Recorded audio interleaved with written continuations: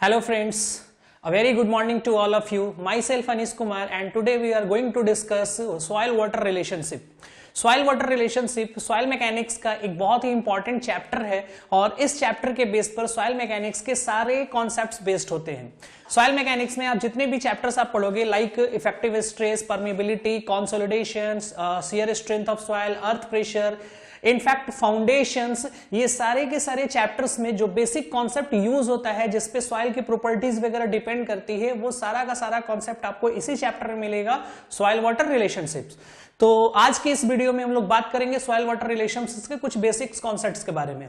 ये soil water relationships का basic concept क्या होता है, कैसे इसको बहुत सारे रेशियोज में डिफाइन किया जाता है। इन रेशियोज को याद रखना काफी मुश्किलें होती हैं। बहुत सारे बच्चों ने इस पर मेरे से बात की और कहा कि सर सॉइल वाटर रिलेशनशिप में जो रेशियोज होता है, void ratio, porosity, degree of saturation का रेंज कहां से कहां तक लाई करता है, कैसे इनके रेशियोज को याद रखा जा सकता है। तो इसको लेकर के मैं आज ये वीडियो बना रहा हूं। आइए देखते हैं। लेट्स फर्स्ट ऑफ ऑल पहले तो आप मुझे ये बताना कि अगर मान लो कि ये आपका कोई ग्राउंड सरफेस है, ओके, ये आपका कोई ग्राउंड लेवल है, ग्राउंड लेवल, और मुझे किसी सॉइल का टेस्ट करना है, किसी भी प्रॉपर्टीज को उसके टेस्ट करना है, परमेबिलिटी टेस्ट करनी है सॉइल की कितनी होगी, या कंसोलिडेशन चेक करना है, या जो भी चेक करना होगा, स्ट्रेंथ वगैरह।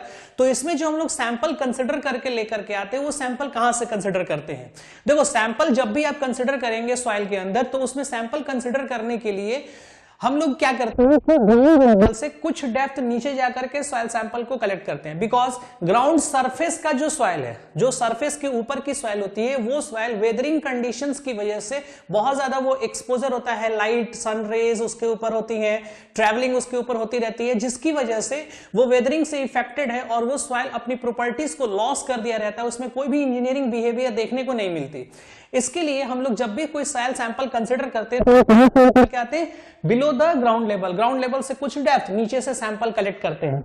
अब जरा आप सोचना एक थोड़ी देर के लिए कि अगर आपने दो सैंपल कलेक्ट किए, फर्स्ट ऑफ ऑल आपने सैंपल कलेक्ट किया कहां से, ग्राउंड सरफेस से, और दूसरा एक सैंपल आपने ग्राउंड सरफेस के कुछ डेप्थ नीचे जाकर के वहां से आपने सैंपल को कलेक्ट किया।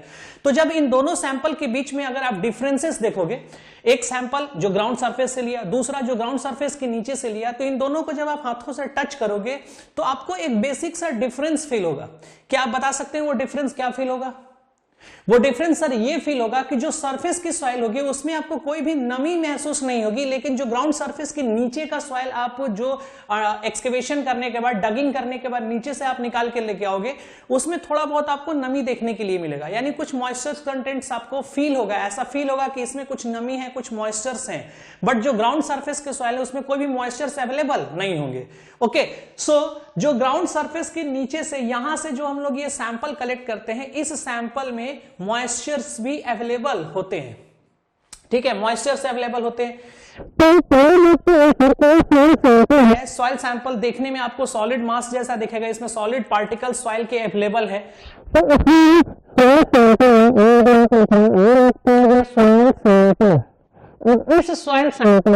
इस सॉइल सैंपल में क्या क्या चीजें आपको फील होगी, देखने को मिलेगी।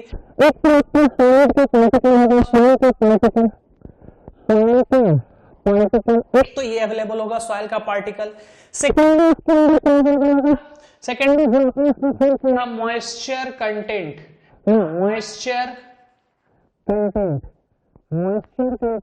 आप इसको वाटर कंटेंट कह सकते हो, वाटर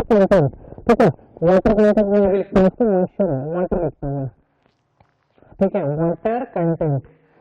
तो इसमें आपको क्या देखने को मिलेगा, प्लस में वाटर कंटेंट, ठीक है, वाटर कंटेंट ये आपको देखने के लिए मिलेगा।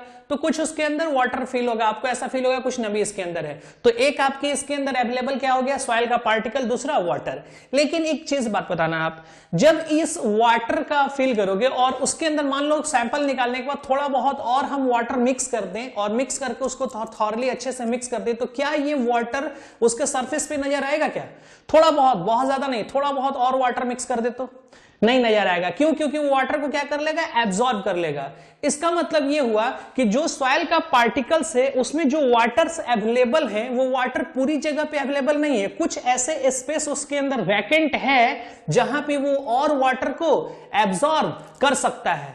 तो जहां पे वाटर नहीं अवेलेबल है उस स्पेस में क्या अवेलेबल होगा, वॉइड। वॉइड, वो स्पेस में क्या अवेलेबल होगा, एयर, ठीक है, एयर अवेलेबल होगा, उस वॉइड में क्या अवेलेबल होगा, एयर, ठीक है। तो जैसे आपका कोई भी, जैसे मान लो कि एक इंजीनियरिंग स्टूडेंट से अगर पूछा जाए कि अगर एक एम्प्टी बॉटल हो, खाली बॉटल हो और सामने रख दिया जाए और पूछा जाए कि एक इंजीनियरिंग स्टूडेंट से कि क्या इस बॉटल में कुछ है, फिल्ड है या खाली पड़ा है, इंजीनियरिंग स्टूडेंट्स जो होते हैं कभी ये आंसर नहीं करते हैं कि सर ये बॉटल खाली है। वो आंसर क्या करके जाएंगे, yes sir the bottle is filled with air, वो बॉटल जो है वो फिल्ड किसके साथ है, एयर के साथ फिल्ड है। क्लियर है। अगर आप उसके अंदर वाटर फिल्ड कर दे पूरा का पूरा, तो इसका मतलब एयर बाहर आ गया, एयर को रिप्लेस कर दिया गया किसके थ्रू, वाटर के थ्रू, यानी वाटर ने एयर को क्या कर दिया, रिप्लेस कर दिया। वाटर कंटेंट होते ही और क्या होगा, एयर। क्लियर है। स्टेट्स ऑफ मैटर है वो अवेलेबल होते हैं किसी भी सॉइल सैंपल के अंदर। क्या क्या चीजें अवेलेबल होती हैं, सॉइल का पार्टिकल अवेलेबल होगा, कुछ मॉइस्चर्स, कुछ वाटर कंटेंट अवेलेबल होगा और कुछ उसके अंदर एयर्स अवेलेबल होती हैं।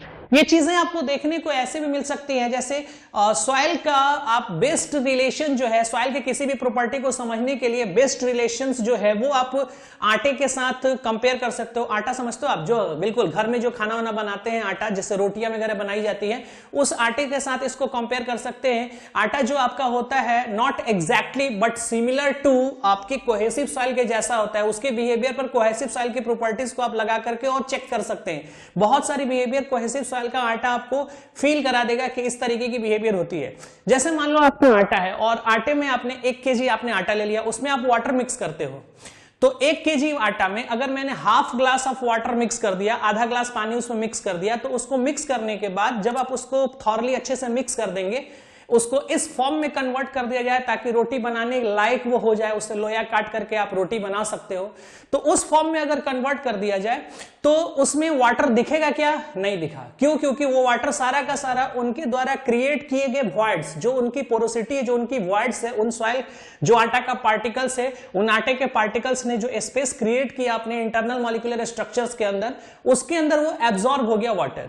ठीक है। और आप थोड़ा बहुत वाटर डाल सकते हो अगर, तो मे बी वो और थोड़ा बहुत एब्जॉर्ब कर सकता है, और एब्जॉर्ब करने के बाद उसकी स्टेटस, उसकी कंसिस्टेंसी जो होगी वो हार्ड से लूज हो सकता है। जैसे आपने कम पानी डाला, अगर थोड़ा बहुत कम पानी आप डालोगे और फिर आप मिक्स करेंगे तो वो आटा थोड़ा हार्ड हो जाएगा, ठीक है। लेकिन अगर उसी में आपने थोड़ा ज्यादा पानी मिक्स कर दिया तो वो थोड़ा लूज हो जाएगा, है ना। तो इसका मतलब ये हुआ कि वाटर जब आप ऐड करते हैं तो वो उसके अपने कैपेसिटी के हिसाब से उसको क्या करते रहता है, एब्जॉर्ब करता रहता है। तो इन सारे पता चला कि तीन चीजें होती हैं, कंटेंट ऑफ एयर। अब इन 3 पार्टिकल्स को जो कि आपके पास अवेलेबल होते हैं, ठीक है, तो वो जो आपके पास अवेलेबल होते हैं 3, तो मैंने सॉइल सैंपल है, ठीक है, ये हमारा क्या है, कोई सॉइल सैंपल है। अब इस सैंपल में, ये जो हमारा सैंपल है, इस सैंपल में 3 चीजें अवेलेबल हैं। क्या क्या अवेलेबल हैं, एक तो सॉइल का पार्टिकल, प्लस में वाटर, और प्लस में क्या है, एयर। ये 3 चीजें अवेलेबल है, सॉइल, वाटर और एयर। आप कह सकते हो सॉइल नहीं, सॉइल पार्टिकल, पार्टिकल्स हो गए, सॉलिड्स नेचर हो गए, वो अवेलेबल है। वो 3 चीजें अवेलेबल है। अगर किसी भी टेक्निक को इस्तेमाल करके, अगर मैं कोई ऐसा टेक्निक यूज करूं, इस्तेमाल करूं, जिससे कि इनके लेयर्स सारे अलग अलग हो जाएं, कि कितनी क्वांटिटी इसमें सॉइल पार्टिकल्स की है, कितने क्वांटिटी इसमें वाटर की है और कितनी क्वांटिटी इसमें एयर की है, इन सबको अलग अलग अगर मैं डिवाइड कर दूं और उनको एक डायग्राम से रिप्रेजेंट कर दूं, तो उसको हम लोग बोलते हैं 3 फेज सिस्टम। 3 फेज सिस्टम, इसमें फेस नहीं, और तीनों का आपने अलग अलग रिप्रेजेंट कर दिया, बट ये प्रैक्टिकली पॉसिबल नहीं है। तो हम लोग ऐसा एज्यूम कर लेंगे, ये मान लेंगे कि लेट सपोज कि x क्वांटिटी सॉइल सैंपल की होगी, y क्वांटिटी वाटर की होगी और z क्वांटिटी एयर की होगी, और उस क्वांटिटी का कैलकुलेशन अलग अलग मेथड्स के द्वारा आप कर सकते हो, उसको हम लोग कर सकते हैं। तो हम क्या करेंगे, क्वांटिटी वाइज एक डायग्राम से प्लॉट कर दिया, और मैं ये कंसिडर कर लेता हूं कि लेट्स सपोज इसमें ये पार्टिकल सॉइल सॉलिड का हो गया, सॉइल सॉलिड, सॉइल सॉलिड, और कुछ इसमें यहां तक वाटर अवेलेबल हो गए, ये आपका हो गया वाटर, और लास्टली ये आपका अवेलेबल हो गया एयर, ठीक है, ये आपका हो गया एयर। इसी को बोलते हैं three phase system. Three phase system, ये आपका हो गया थ्री फेज सिस्टम। ओके, ये हमारा थ्री फेज सिस्टम बन गया। अब इस थ्री फेज सिस्टम में हमने अमाउंट मान लिया कि लेट सपोज ये जो सॉइल सॉलिड है इसको, ठीक है, वाटर और ये एयर वेट और वॉल्यूम में इसको कंसिडर कर लेते हैं। तो ये आपका एक डायग्राम है थ्री फेज सिस्टम का। मैं इसको यहां बनाता हूं, देखते हैं। ये आपका एक थ्री फेज सिस्टम डायग्राम है जिसमें ये आपका हो गया सॉइल का सॉलिड, सॉइल सॉलिड, ये आपके हो गए वाटर और ये आपका हो गया एयर। ओके, अब मैं यहां पे क्वांटिटी मानता हूं। लेट सपोज कि ये जो है यहां तक, इसको हमने लिख लिया वेट ऑफ सॉलिड, इसको हमने लिख लिया वेट ऑफ सॉलिड, ये वेट ऑफ सॉलिड है। एंड ये यहां से यहां तक ये जो आपका अवेलेबल है वाटर, इसको हमने कर लिया कि मान लीजिए let suppose weight of water है WW, इसको लिख लिया weight of water WW, quantity of weight of water, ठीक है। और ये हमारी हो गई quantity of weight of air, weight of air. But अगर आप वेट को कंपेयर करेंगे, एयर का weight with respect to soil solid और वाटर, इनके रिस्पेक्ट में जब आप इनको कंपेयर करोगे तो आपको क्या नजर आएगा कि एयर का वेट काफी कम होगा, नेग्लिजिबल होगा विथ रिस्पेक्ट टू सॉलिड और वाटर। इसलिए हम लोग एयर के वेट को ऑलवेज इग्नोर करके चलते हैं, एयर के वेट को ऑलवेज इग्नोर करके चलते हैं, इसको जीरो मान लेंगे, ठीक है। और ये एक बहुत बड़ा कॉन्सेप्ट होता है, ठीक है, इस चीज को आप समझना जरा। जब भी किसी भी सॉइल के प्रॉब्लम में एयर की चर्चा की जाए या एयर का कुछ पॉइंट्स गिवन हो या एयर के बारे में आप जब भी कुछ भी एयर के हेल्प से कोई भी डाटा आप कैलकुलेट करना चाहते हो, ठीक है, तो उस समय वेट के टर्म्स में वो चीजें डिफाइंड नहीं होंगी। किसके टर्म्स में डिफाइंड होंगी? वॉल्यूम के टर्म्स में डिफाइंड होगी। बिकॉज एयर जो होता है उसको मेजरमेंट, उसकी मेजरमेंट आप वेट के टर्म में नहीं कर सकते, उसका मेजरमेंट आप कैसे करोगे? वॉल्यूम के टर्म में करोगे, है ना। तो मुझे एयर की वजह से इसका वॉल्यूम को रिप्रेजेंट करना पड़ेगा। अब मान लीजिए मैंने कि ये लिख लिया वॉल्यूम ऑफ सॉलिड और ये लिख लिया यहां से यहां तक वॉल्यूम ऑफ वाटर और ये दे दिया यहां से यहां तक वॉल्यूम ऑफ एयर, ये ले लिया। तो ये हमारे थ्री फेज सिस्टम है जिस पर हमने क्वांटिटी का रिप्रेजेंटेशन कर दिया।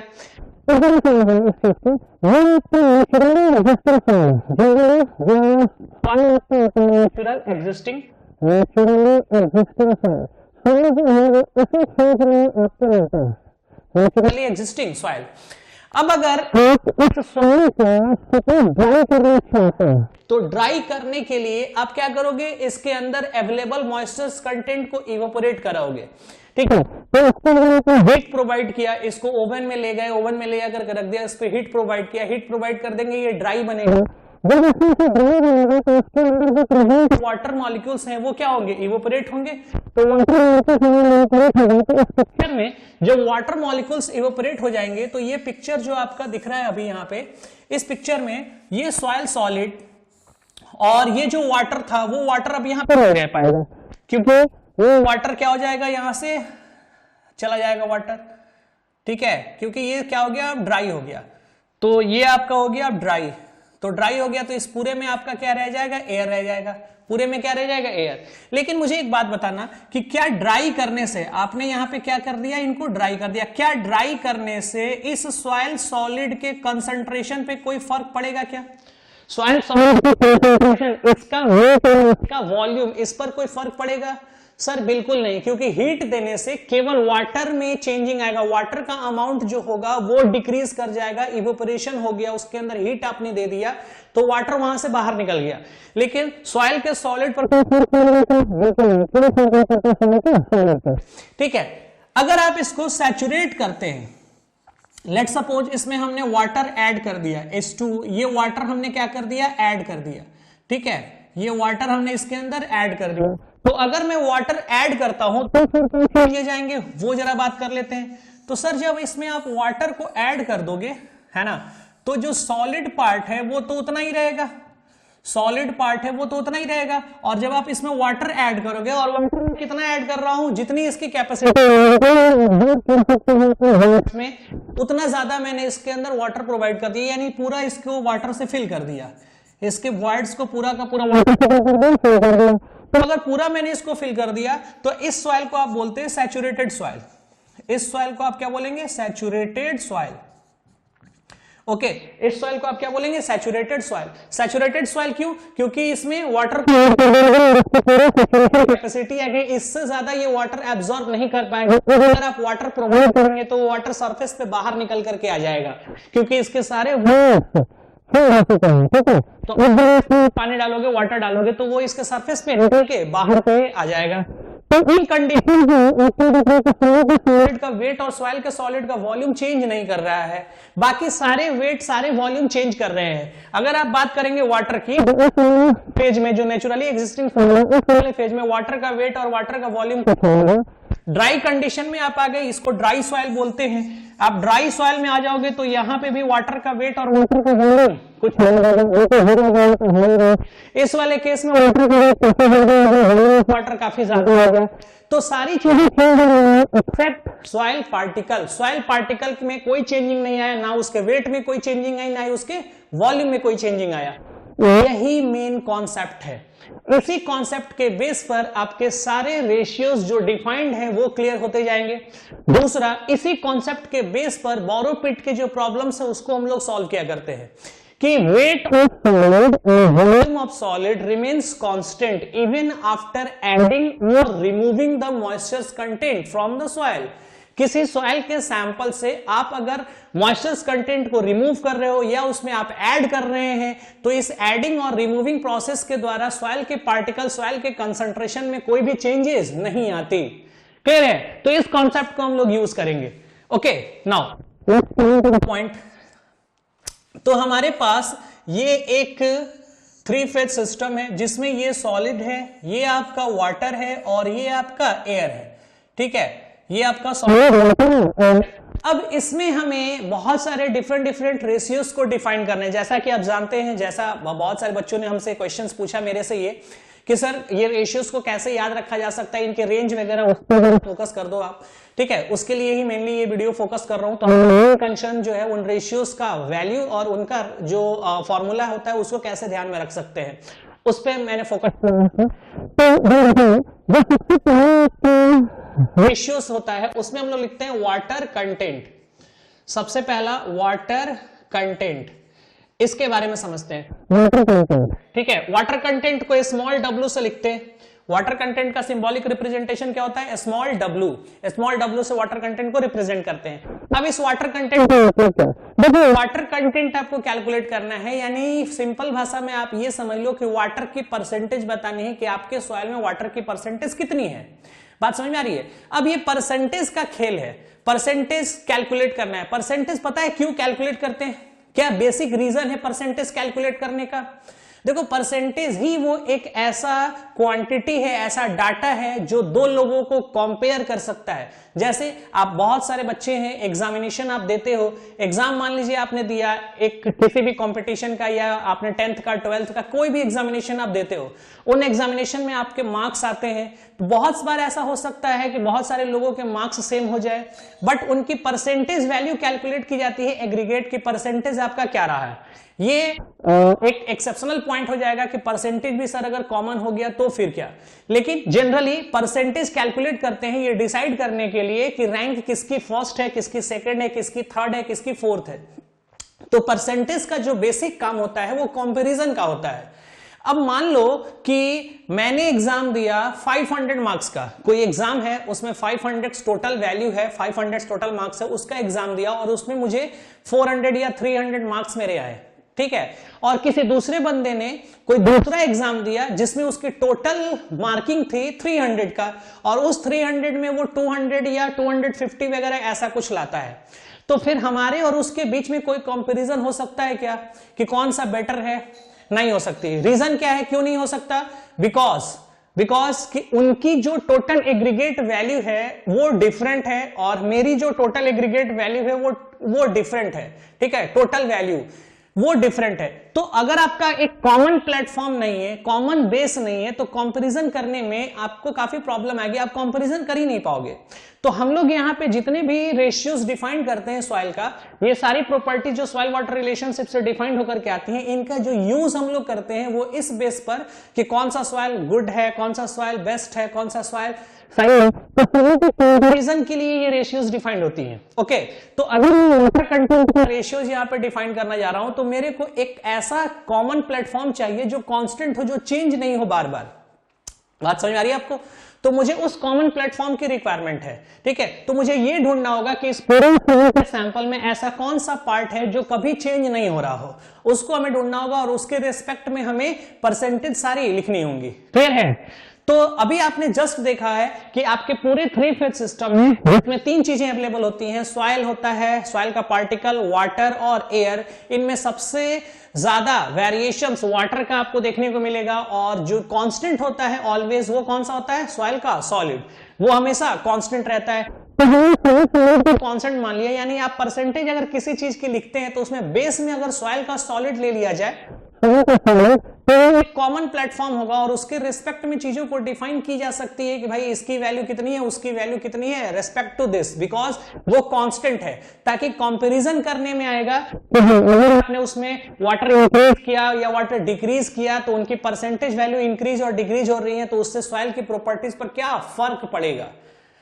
Got it? तो इसके लिए हम लोग इस पूरे रेशियोज को डिफाइन करते हैं। ओके, तो वाटर कंटेंट का हमें रेशियो लिखना है। अच्छा, एक और चीज, जैसे मान लो कि आपने 10th का एग्जामिनेशन दिया, 10th के एग्जाम में आपके 4-5 सब्जेक्ट्स हैं, हिंदी, इंग्लिश है, मैथमेटिक्स है, सोशल साइंस है, ठीक है, साइंस है, ये सारे पेपर्स हो गए। आपने 12th का एग्जामिनेशन दिया, फिजिक्स है, केमिस्ट्री है, मैथमेटिक्स है, ठीक है, कुछ लोग एक्स्ट्रा में बायो भी रखते हैं या फिर हिंदी है, इंग्लिश है।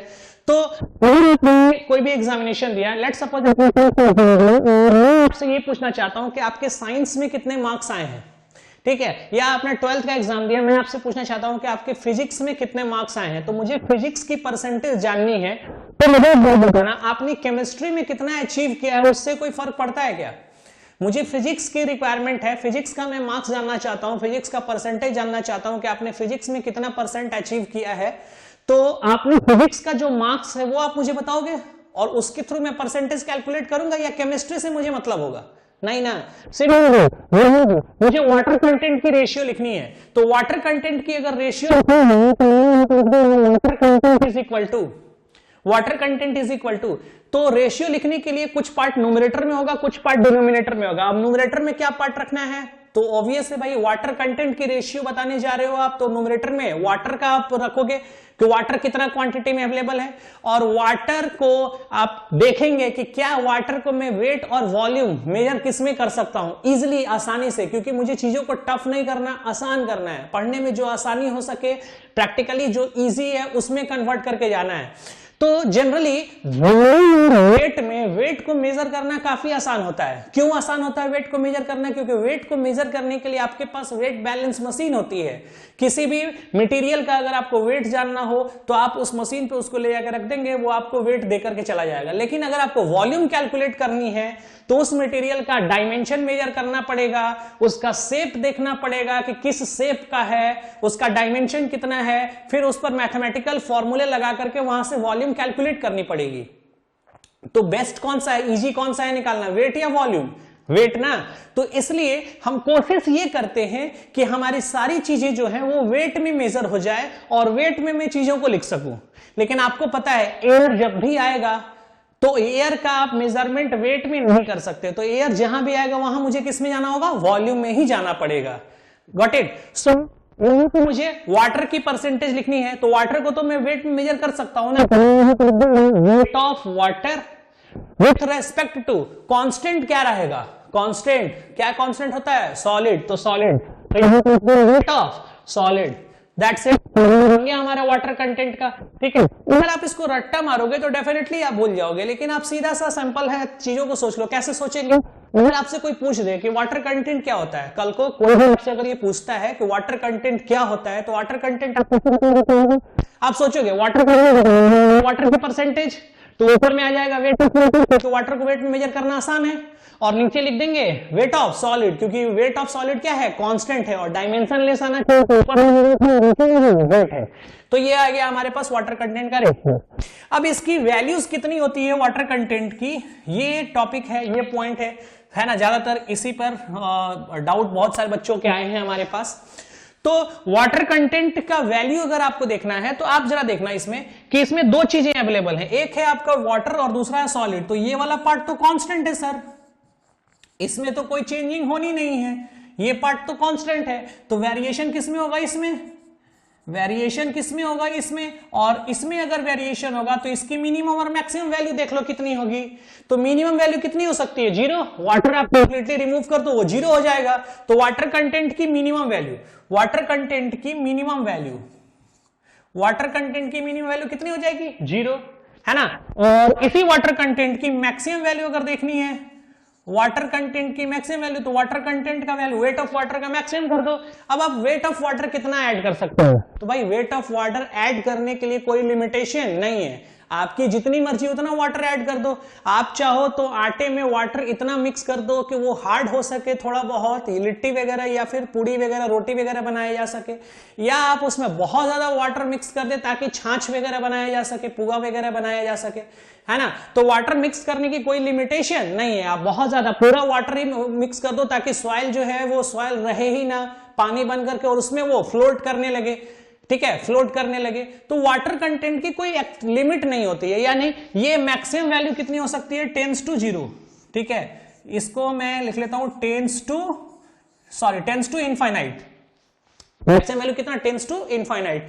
अब इसको आप अगर इंटरवल वे में लिखेंगे तो फाइनली ये वैल्यू लिख सकते हो आपके water content greater than and equal to 0, ये 0 के बराबर होगा और 0 से बड़ा कुछ भी हो सकता है, ये आपका वाटर कंटेंट हो जाएगा, ठीक है। इस वाटर कंटेंट को अगर आप इंटरवल वे में लिखेंगे, इंटरवल में, तो इंटरवल में आप कैसे लिखेंगे, water content belongs to, close interval लगेगा 0 पे क्योंकि 0 हो सकता है, और इनफाइनाइट पर ओपन इंटरवल, क्योंकि इंफिनिटी का मतलब ये होता है कि जितना बड़ा सोच सकते हो उससे भी बड़ा, लेकिन कभी भी इनफाइनाइट टर्म एग्जिस्ट नहीं करता, तो इसलिए उस पे ओपन इंटरवल लगा दिया। तो ये हमारा वाटर कंटेंट का रेंज आ जाएगा, ठीक है। और भी बहुत सारे इसमें कॉन्सेप्ट हैं वाटर कंटेंट पे, ठीक है, वो आप जब क्लास में मिलोगे तो हम लोग वहां पे डिस्कस करेंगे कि वाटर कंटेंट का और भी बहुत सारी, जैसे फाइन ग्रेन सॉइल और कोर्स ग्रेन सॉइल में वाटर कैपेसिटी किसकी ज्यादा होती है, किसका रिटेंशन पावर ज्यादा होता है, कौन सबसे ज्यादा वाटर को रिटेन कर सकता है, ठीक है। तो फाइन ग्रेन सॉइल रिटेन करता है, क्यों रिटेन करता है, उसके ऊपर चार्जेज वगैरह एग्जिस्ट करते हैं इसके लिए, तो और भी बहुत सारे पॉइंट्स है वाटर कंटेंट। बट हमारा जो मेन फोकस था, जो डाउट्स थे, वो ये कि ये रेशियो होता है और ये वैल्यूज कैसे होते हैं, इसके लिए ठीक है। तो लिख देते हैं फटाफट अगली रेशियोज के बारे में, आई अगले रेशियोज के बारे में देखते हैं। ओके, नेक्स्ट रेशियोज, अगले रेशियोज के बारे में देखते हैं। अगला रेशियो है हमारा वॉइड रेशियो, इसको बोलते हैं वॉइड रेशियो, वो वाटर कंटेंट था, ये है वॉइड रेशियो, ठीक है। वॉइड रेशियो जरा समझते हैं ये वॉइड रेशियो क्या है। सर वॉइड रेशियो का मतलब ये होता है कि आपके इस सॉइल सैंपल में वॉइड्स कितनी है इसके बारे में बताना है, यानी ये तो सॉइल सॉलिड हो गया और इसमें आपके वाटर हो गए, मान लो थोड़ा बहुत, चलो एयर भी मान लेता हूं, ये एयर भी, तो यहां से ये जो आपको दिख रहा है जिसमें एयर और वाटर अवेलेबल हो रहे हैं, इसी को बोलते हैं वॉइड। इसको क्या बोलते हैं, वॉइड। जिस स्पेस में आपका एयर आता हो या जिस स्पेस में आपके वाटर आते हो, इस बोलते हैं वॉइड, क्योंकि ये खाली जगह है। अगर आप वाटर कंप्लीटली निकाल देंगे तो एयर कंप्लीटली निकालेंगे वाटर डाल करके, अगर आपने उसका पूरा का पूरा वाटर डाल दिया तो एयर बाहर आ जाएगा, पूरा का पूरा वो वॉइड वाटर से फिल्ड हो जाएगा। तो ऐसे स्पेस जो वैकेंट हो सकता है या जिसको वाटर से रिप्लेस कर सकते हैं वॉइड। तो इस वॉइड की हमें परसेंटेज बतानी है कि ये वॉइड कितना अवेलेबल है, इसी स्पेस की परसेंटेज बतानी है कि ये कितना स्पेस अवेलेबल है। अब सोचो जरा कि स्पेस की कैलकुलेशन करनी है, तो स्पेस का कैलकुलेशन आप वेट में कर सकते हैं क्या, स्पेस का, कि ये स्पेस, जैसे मान लीजिए मैंने अभी ये अज्यूम किया कि ये एक स्पेस है, इसका स्पेस का वेट बताओ कितना, मेजर कर सकते हो आप? नहीं कर सकते। तो इस स्पेस को हम लोग किस में लेके चलेंगे? वॉल्यूम में लेके चलेंगे। तो करते हैं कि हर चीजों को वेट में लिख सकते हैं, लेकिन जहां पे हमारे लिए वेट में लिखना थोड़ा सा डिफिकल्ट होता है वहां हम लोग वॉल्यूम का यूज करते हैं। ठीक है, तो वॉल्यूम में तो वोल्ट रेशियो का रिलेशन क्या हो जाएगा? वॉल्यूम किसका? ऑब्वियस है, वाटर का लिखेंगे या एयर का या सॉलिड का? अरे वॉइड का लिखेंगे, स्पेस का, क्योंकि परसेंटेज फिजिक्स की बतानी है तो केमिस्ट्री का मार्क्स कितना है उससे कोई मतलब नहीं है, और अगर मैथमेटिक्स का परसेंटेज बताना है तो बायो में कितना आया उससे कोई फर्क नहीं पड़ता। रेशियो लिखना है कि वॉइड कितना अवेलेबल है, वॉल्यूम किसका लेंगे? वॉइड का। कितना वाटर होगा, ये आपका होता है वॉल्यूम ऑफ वॉइड्स। दोनों को ऐड कर दिया ना, टोटल स्पेस जिसमें एयर और वाटर दोनों आ सकते हो। ठीक है, क्लियर है? ये हो गया वॉल्यूम ऑफ वर्ड्स। तो यहां पे volume of word divided by में कांस्टेंट क्या होता है अभी बताया? कांस्टेंट जो बेसिक पैरामीटर है, जो कांस्टेंट होता है वो क्या होता है? सॉलिड। क्या सॉलिड वेट लिखो?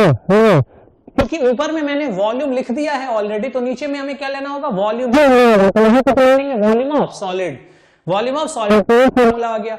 तो जब भी आपसे कोई पूछे, कल को कोई अगर आपसे ये पूछता है कि वॉइड रेशियो क्या होता है, तो आप क्या बताओगे? Volume of void upon volume of solid.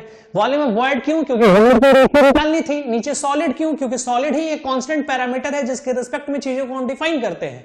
Okay, तो उसकी रेंज हमें देखनी है। तो फिर रेंज देखने के लिए ये वाला पार्ट तो आपका कांस्टेंट है, इस पर तो कोई डिपेंडेंसी होगी नहीं। अगर इसकी वैल्यू मिनिमम या मैक्सिमम होती है तो वो ऑलवेज डिपेंड करता है वॉइड्स के ऊपर। तो आप वॉइड्स का वैल्यू मिनिमम कर दो और वॉइड्स का वैल्यू मैक्सिमम कर दो। तो वॉइड का वैल्यू करेंगे, इस वॉइड की वैल्यू तो आप क्या बता सकते हैं? पूरा का पूरा वॉइड जीरो हो सकता है क्या? अगर सर ये जीरो है इसका मतलब समझ रहे हो, बचेगा केवल क्या? Soil solid. क्या बचेगा? केवल और केवल सॉइल सॉलिड। ये कभी भी पॉसिबल नहीं है, इम्पॉसिबल है। ये प्रैक्टिकली ये पॉसिबल नहीं है कि आप किसी सैंपल के अंदर से उसको पूरा का पूरा उसके सारे वॉइड्स को बाहर कर दे। ठीक है, ये प्रैक्टिकली पॉसिबल नहीं है। ठीक है, तो जीरो नहीं हो सकता। तो अगर सर ये जीरो नहीं हो सकता, इसका मतलब रेशियो कभी भी जीरो नहीं हो सकता। रेशियो जो होता है ये ऑलवेज ग्रेटर देन जीरो होता है। Void ratio never be equal to zero, ये कभी भी जीरो के बराबर नहीं होता। ये ऑलवेज क्या होता है? जीरो से बड़ा होता है।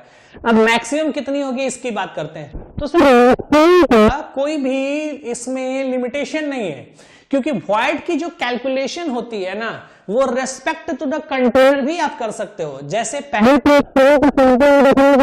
वॉइड्स कितना है, लेकिन अगर उसी सैंपल को किसी कंटेनर तो आप कंटेनर कैपेसिटी कितनी है तो वो वॉइड भी उसमें काउंट होता है। इसलिए वॉइड का मैक्सिमम वैल्यू लिमिटेशन नहीं होता। तो इसके लिए यानी वॉइड का वैल्यू, वॉइड रेशियो का value greater than 1, infinite tends to infinity. तो देख सकता हूं कि void ratio tends to infinite, तो ग्रेटर देन जीरो कुछ भी हो सकता है, ग्रेटर देन जीरो कुछ भी हो सकता है, एनीथिंग। तो आप अगर इसको इंटरवल फॉर्म में लिखेंगे तो कैसे लिखेंगे? Void ratio belongs to close interval of zero और इन्फिनिटी। क्या ये लिखेंगे? अरे नहीं, क्लोज इंटरवल नहीं लगेगा, इसमें क्लोज इंटरवल नहीं लगेगा। क्यों नहीं लगेगा क्लोज इंटरवल?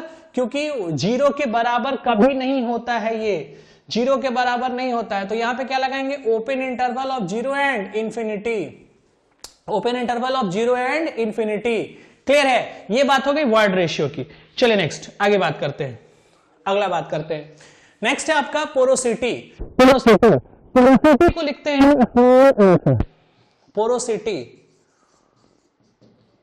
पोरोसिटी को लिखते हैं स्मॉल एन से, स्मॉल एन से पोरोसिटी को लिखते हैं। पोरोसिटी आपका क्या होता है? देखो ये वर्ड्स जैसे आप बोलोगे ना तो आपको चीजें आएंगी। पोर्स होता है, पोरोसिटी का मतलब क्या? पोर्स। ये जो पोर्स होते हैं, पोरोसिटी होते हैं, ये वर्ड लिटरेचर वर्ड है और इस वर्ड की जो मीनिंग होती है वो टोटल की टोटल पूरे सैंपल के रेस्पेक्ट में पोर्स कितना। जैसे मैं आपसे पूछता हूं कि आपकी बॉडी में पोर्स कितना, जो छिद्र होते हैं आपकी बॉडी में वो टोटल कितने हैं, तो पोर्स जब भी आप बोलोगे वर्ड तो ये ऑलवेज डिफाइंड होता है with respect to total. Always defined कैसे होगा? With respect to total. यानी अगर मैं पोरोसिटी की बात कर रहा हूं, पोर्स की बात कर रहा हूं, यानी खाली स्पेस वॉइड्स की बात कर रहा हूं, पोरोसिटी का मतलब ही वॉइड्स ही हुआ, वो स्पेस ही हुआ, लेकिन विथ रिस्पेक्ट टू टोटल के पूरे सैंपल में कितना अवेलेबल है। ओके, तो ये जो पोरोसिटी वर्ड है पोर्स, पोर्स ये डिफाइंड होता है, defined with respect to total value, total value, total value के रेस्पेक्ट में इसको डिफाइन करते हैं। ओके, तो पोरोसिटी रहेगा वॉल्यूम ऑफ वॉइड्स, ये एक्चुअली वॉइड्स का ही आप कैलकुलेशन कर रहे हो, लेकिन वो टोटल के रेस्पेक्ट में। तो ये पोर्स जो है वो वर्ड ही है टोटल के रेस्पेक्ट में, तो इसको डिफाइन कर देंगे, डिवाइड कर देंगे किसके? टोटल वॉल्यूम से। तो पोरोसिटी, अब इस पोरोसिटी की रेंज कितनी होगी वो देखते हैं। तो जीरो नहीं हो सकता, वो कभी भी जीरो नहीं हो सकता, तो पोरोसिटी भी कभी भी जीरो नहीं हो सकता। अभी देखा था ना वॉइड रेशियो में कि पोरोसिटी वॉइड रेशियो कभी भी जीरो नहीं हो सकता। क्यों? क्योंकि वॉइड्स कभी भी जीरो नहीं हो सकते हैं। अब इसकी मैक्सिमम वैल्यू, तो पोरोसिटी का मिनिमम वैल्यू क्या आ गया? पोरोसिटी का मिनिमम वैल्यू कि ये नॉट इक्वल टू जीरो होगा, ऑलवेज क्या होगा? ग्रेटर देन जीरो, जीरो से क्या होगा? बड़ा होगा। अब वैल्यू देखते हैं कि बड़ा होगा तो ये कहां तक बढ़ करके जाएगा वो देखते हैं। तो आप अभी देख रहे हो थ्री फेज डायग्राम में, अगर आप देखें तो ये आपका सॉलिड पार्ट है और ये आपका वॉइड्स जिसमें एयर और वाटर अवेलेबल होते हैं। तो आप अगर यहाँ टोटल वॉल्यूम कैलकुलेट करोगे तो टोटल वॉल्यूम में तो सॉइल का volume plus volume of void दोनों आ जाएगा। टोटल वॉल्यूम जब आप कैलकुलेट करोगे तो टोटल वॉल्यूम में क्या, तो आप जरा बताना इस वॉल्यूम की वैल्यू की मैक्सिमम से मैक्सिमम में कोई भी वैल्यू पुट कर दूं, क्या ये डिनोमिनेटर से कभी बड़ा होगा? क्या ये डिनोमिनेटर से कभी बड़ा होगा? आप इस रिलेशन को देख के बताना, क्या volume of void greater than total volume ये हो सकता है क्या? क्या ये पॉसिबल है? बिल्कुल नहीं सर, ये कभी भी पॉसिबल नहीं है। Not greater than total volume, ये टोटल वॉल्यूम से कभी भी ज्यादा नहीं हो सकता। क्यों? क्योंकि यहां पे इस वाले में वॉइड प्लस सॉलिड दोनों अवेलेबल है, तो आप इसकी वैल्यू कितना भी ज्यादा करोगे तो इधर आप ज्यादा करोगे तो यहां भी तो बढ़ेगा, और लास्टली ये वाला ऐड होकर के इस पैरामीटर को इंक्रीज कर देगा। सॉलिड का जो वॉल्यूम है वो ऐड होकर के टोटल वॉल्यूम को क्या कर देगा? हमेशा बड़ा ही कर देगा। किससे? वॉल्यूम ऑफ वॉइड से। तो इसलिए ये वैल्यू आप कितना भी ज्यादा कर दे, इससे ज्यादा नहीं हो सकता। यानी डिनोमिनेटर का वैल्यू ऑलवेज ज्यादा होगा, न्यूमरेटर कम होगा। तो जब डिनोमिनेटर ऑलवेज ज्यादा होगा तो ये वैल्यू हमेशा 1 से कम रहेगा। यानी पोरोसिटी की जो मिनिमम वैल्यू हो जाएगी वो ऑलवेज क्या हो जाएगी? लेस देन, वो ऑलवेज क्या हो जाएगी? Less than 1। तो इस हिसाब से आप यहां पे ये कह सकते हो कि सर पोरोसिटी का जो रेंज होगा, है ना, जो पोरोसिटी की रेंज होगी, पोरोसिटी की रेंज, वो पोरोसिटी की रेंज कितनी हो जाएगी? तो पोरोसिटी की रेंज हो जाएगी ये, porosity belongs to open interval of 0 and open interval of 1। ये कभी भी 1 के बराबर नहीं हो सकता, कभी भी 0 के बराबर नहीं हो सकता। 0 क्यों नहीं हो सकता? क्योंकि वॉइड कभी 0 नहीं हो सकते। और 1 क्यों नहीं हो सकता? क्योंकि वॉइड का वैल्यू कितना भी बड़ा कर लो वो टोटल के बराबर कभी हो ही नहीं पाएगा। बराबर होगा तभी तो ये कैंसिल होकर के 1 आएंगे, वो कभी बराबर हो ही नहीं सकता, क्योंकि सॉलिड हमेशा टोटल को क्या कर देगा? बढ़ा देगा। वॉल्यूम ऑफ वॉइड में सॉलिड ऐड होकर के टोटल वॉल्यूम को हमेशा ज्यादा कर देगा। तो कभी 0 नहीं हो सकता, कभी 1 नहीं हो सकता। यानी पोरोसिटी का value always lies in between 0 and 1। Clear है? चलिए आगे बात करते हैं। नेक्स्ट अगला हमारे पास जो रेशियोज है वो है degree of saturation. Degree of saturation किसको बोलते हैं? Degree of saturation, degree of saturation, ये डिग्री ऑफ सैचुरेशन जो होता है उसको कैपिटल एस से लिखते हैं, degree of saturation. Degree of saturation जो आता है, ये सैचुरेशन वर्ड जो है ना वो रिलेटेड है कि उसकी एब्जॉर्बिंग कैपेसिटी पहुंची कि नहीं टोटल के रेस्पेक्ट में। जैसे मान लीजिए कोई सॉइल है, उस सॉइल में जब आप वाटर ऐड करते हो तो वाटर को क्या करता है? एब्जॉर्ब करता है। तो अगर वो वाटर एब्जॉर्ब अभी भी कर रहा है तो आप उसको बोलोगे कि ये सॉइल अनसैचुरेटेड है, इसके अंदर अभी क्षमता है वाटर को एब्जॉर्ब करने की। लेकिन अगर उसकी पूरी कैपेसिटी फुल हो जाए, यानी जितनी उसकी क्षमता थी, जितना वो एब्जॉर्ब कर सकता था उतना वाटर आप उसको दे दोगे, तो वो अब क्या हो जाएगा? सैचुरेट हो जाएगा, यानी अब वो वाटर नहीं ले सकता। तो सैचुरेशन वर्ड जो है वो रिलेटेड किससे है? वाटर के साथ, है ना, वाटर के साथ रिलेटेड है। और वो वाटर को कितना ज्यादा एब्जॉर्ब कर सकता है? तो सॉइल का जितना स्पेस होगा, जितना उसके पास वॉइड होता है, उतना ही तो वो एब्जॉर्ब कर पाएगा ना, या उससे ज्यादा करेगा? सॉइल का जितना वॉइड होता है उतना ही वो एब्जॉर्ब कर पाएगा मैक्सिमम। तो हमें डिग्री ऑफ सैचुरेशन की वैल्यू बतानी है कि डिग्री ऑफ सैचुरेशन का फॉर्मूला क्या होगा। तो degree of saturation is related with water, और वो वाटर कहां जाएगा? वॉइड्स में जाएगा। तो मैक्सिमम जितना वॉइड हो सकता है उतना ही तो उसके अंदर वाटर स्टोर करने की क्षमता होगी। तो जरा बताना, डिग्री ऑफ सैचुरेशन वाटर से रिलेटेड है, मैक्सिमम आ कितना सकता है? जितना वॉल्यूम ऑफ वॉइड है। तो डिनोमिनेटर में हमने लिख दिया वॉल्यूम ऑफ वॉइड। क्यों लिखा डिनोमिनेटर में? क्योंकि इसी के रेस्पेक्ट में तो डिफाइंड होगा। अब आप बोलोगे सर अभी तो आपने बोला था कि कॉन्स्टेंट पैरामीटर रखते हैं, तो कॉन्स्टेंट पैरामीटर सॉलिड आपने क्यों नहीं रखा यहाँ पे? बिकॉज इसलिए नहीं रखा क्योंकि यहाँ पे सैचुरेशन वर्ड जो है वो सॉइल सॉलिड से मतलब नहीं है। सैचुरेशन का मतलब है कि कितना, जैसे मान लो आप 10 रोटी खाते हो और मैं आपको 6 दूं, 10 आप मान लो खाते हो और मैं आपको अगर 6 दूं, तो क्या बोलोगे आप? अनसैचुरेटेड है। लेकिन अगर इसको 10 पे 10 प्रोवाइड कर दिया जाए तो आप क्या बोलेंगे कि हाँ अब मैं सैचुरेट हो गया। तो जो सैचुरेशन वर्ड अगर आपके साथ है वो किसके साथ है? रोटी के साथ, खाने के साथ। ठीक है, तो अभी रोटी के साथ हम सैचुरेशन वर्ड को कंपेयर कर रहे हैं। लेकिन मान लीजिए आपका इंटरेस्ट खाने में सबसे ज्यादा रसगुल्ले से है, तो आप रसगुल्ले पर अपने डिग्री ऑफ सैचुरेशन दिखाओगे कि आपका सैचुरेशन पॉइंट है। तो इसी तरीके से सॉइल वाटर की होती है, वाटर मॉइस्चर को एब्जॉर्ब करता है। तो इसका जो फूड है ना, इसका वो वाटर है, वाटर को ये एब्जॉर्ब कर रहा है। तो उसके रेस्पेक्ट में हमें डिफाइन करनी है कि डिग्री ऑफ सैचुरेशन उसका क्या रहा होगा। रखा है वॉइड, क्यों? क्योंकि इसकी इतनी कैपेसिटी, इससे ज्यादा वो वाटर ले ही नहीं सकता। तो आपने उसको वॉल्यूम में क्यों रखा? क्योंकि सर अभी मैंने आपको बताया कि स्पेस को हमेशा किस में रखते हैं? वॉल्यूम में रखते हैं। वॉल्यूम ऑफ वाटर, ऑब्वियस है वाटर की आप वैल्यू बताना चाहते हो, रेंज बताना है। तो डिग्री ऑफ सैचुरेशन की रेंज, एस की वैल्यू 0 हो सकती है या नहीं? बिल्कुल हो सकती है। वाटर 0 कर देंगे तो ये 0 हो जाएगा। और ड्राई सॉइल में मैंने 3 फेज सिस्टम बनाया था, अभी ड्राई सॉइल में वाटर बिल्कुल भी नहीं होता। तो ड्राई सॉइल में वॉल्यूम ऑफ वाटर कितना? 0। तो 0 अगर हो गया तो डिग्री ऑफ सैचुरेशन 0। ये किसके लिए हो जाएगा? ड्राई सॉइल के लिए। ये किसके लिए हो जाएगा? ड्राई सॉइल के लिए। और मैक्सिमम वैल्यू एस की कितनी हो सकती है? कितना कर सकते हो? जितना उसका वॉइड है, जितनी कैपेसिटी है उतना ही तो आप इसमें प्रोवाइड कर सकते हो। उससे ज्यादा होगा क्या? नहीं, उससे ज्यादा कभी आप नहीं कर सकते। जितनी उसकी कैपेसिटी है उतना ही ज्यादा दे सकते हैं। अब आप कुछ लोग सोचेंगे कि सर सुपर सैचुरेशन वाले में क्या होगा? तो सर सुपर सैचुरेशन वाले जोन में क्या होता है कि जैसे जैसे आप वाटर बढ़ाते हैं उसकी वॉइड भी साथ में बढ़ते जाती है। वो एक बात हो गई है। तो वो किस केस में होगा? जब पूरा का पूरा सॉइल सैचुरेटेड होगा, उस केस में वैल्यू आ जाएगा कितना? 1। तो इसकी रेंज कहां से क्लोज होगी?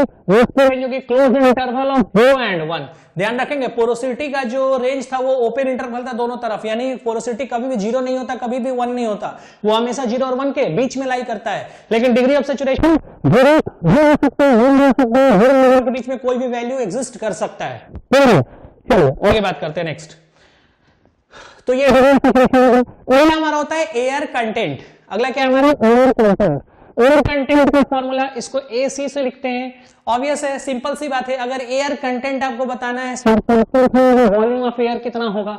वॉल्यूम ऑफ एयर मैंने बताया आपको जस्ट पहले ही कि एयर का वेट में मेजरमेंट नहीं कर सकते, मजबूरी है, वॉल्यूम में ही आपको लिखना पड़ेगा। इसलिए मैंने एयर जैसे ही नाम आया लिख दिया ऊपर में वॉल्यूम ऑफ एयर। अब एयर किसी भी सॉइल में कितना आ सकता है? एयर की परसेंटेज आप कैलकुलेट कर रहे हो तो किसी भी सॉइल में एयर कितना हो सकता है? तो जितना उसका वॉइड होगा उससे ज्यादा एयर रख पाएगा क्या वो? नहीं। तो मैक्सिमम एयर कितना आ सकता है? जितना उसका वॉइड है। तो यहाँ पे डिवाइड किससे कर दिया? वॉल्यूम ऑफ वॉइड से। ठीक है, वॉल्यूम ऑफ वॉइड से। क्योंकि सर ये एयर और वाटर ये दोनों के दोनों विथ रेस्पेक्ट टू वॉइड ही डिफाइन होंगे, डिग्री ऑफ सैचुरेशन और एयर कंटेंट। क्योंकि जितना उसका वॉइड होता है उसी के रेस्पेक्ट में आप बताओगे कितना परसेंट वाटर अभी है, कितना और ले सकता है, कितना परसेंट एयर अभी है और कितना एयर इसमें से निकाला जा सकता है। ये सारी चीजें वॉइड के रेस्पेक्ट में ही आप बताओगे। तो इसको हमने यहाँ पे volume of void. Air content की अगर रेंज देखनी है तो वॉल्यूम ऑफ एयर को 0 कर लें।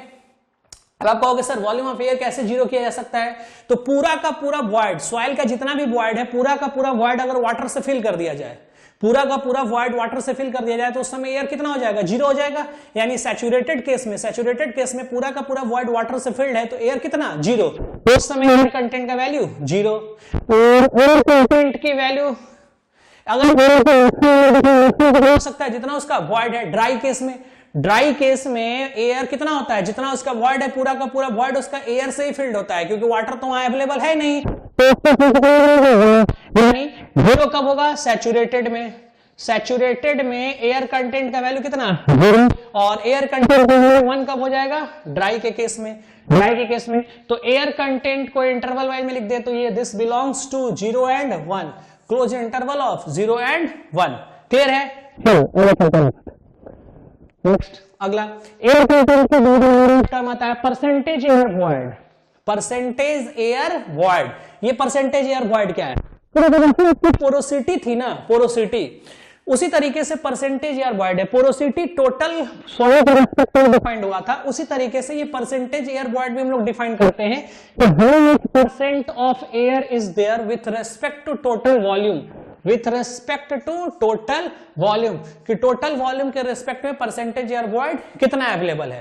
ओके, तो ये रिलेशन हो गया परसेंटेज एयर वॉइड का, कि टोटल सैंपल में कितना एयर का वॉल्यूम अवेलेबल है। तो परसेंटेज निकालनी है तो ऊपर हो जाएगा वॉल्यूम ऑफ एयर और नीचे हो जाएगा वॉल्यूम ऑफ टोटल वॉल्यूम। अगर आप वैल्यू की बात करोगे मैक्सिमम वैल्यू कहां से कहां तक लाई करते हैं उसकी अगर बात कर ले तो याद रखना ये एयर की वैल्यू मिनिमम हो सकती है क्या, बिल्कुल हो सकती है। कब हो सकती है एयर की वैल्यू मिनिमम, सैचुरेटेड केस में टोटल वाटर ही रहता है, एयर अवेलेबल नहीं होता, तो उस समय ये वैल्यू कितनी हो जाएगी, जीरो। परसेंटेज एयर वॉइड, तो परसेंटेज एयर वॉइड कभी भी टोटल ये 1 से ज्यादा हो सकता है क्या, 1 से ज्यादा नहीं हो सकता, क्योंकि आप वॉल्यूम ऑफ एयर का वैल्यू चाहे जो भी रख ले, ये नीचे वाला जो वैल्यू है इसमें air plus water plus solid दोनों है, तो एयर का वैल्यू आप चाहे जितना भी रख लो, ये सॉलिड वाला डाटा इसको मिल करके डिनोमिनेटर को हमेशा ज्यादा ही कर देगा, तो ये ऑलवेज क्या आ जाएगा, लेस देन 1। ये ऑलवेज क्या आ जाएगा, लेस देन 1। बात समझ में आ रही है। तो इसके लिए हम क्या लिख सकते हैं, percentage air void belongs to close interval में, अब 0 हो सकता है लेकिन 1 नहीं हो सकता, इसलिए 1 पे क्या लगा देंगे, ओपन इंटरवल। तो ये हमारी वो 6 इंपॉर्टेंट रेशियोज थे जिसको हमने डिस्कस कर दिया। और भी अगर आपको सॉइल मैकेनिक्स में कहीं भी किसी भी पॉइंट में अगर दिक्कत हो, ठीक है, तो आप कमेंट करके बताएंगे, आपके कमेंट पर कंसिडरेशन की जाएगी और उसके रिस्पेक्ट में मैं वीडियो बनाने की कोशिश करूंगा। Thank you so much for this session, मिलते हैं अगले किसी वीडियोस में। ओके।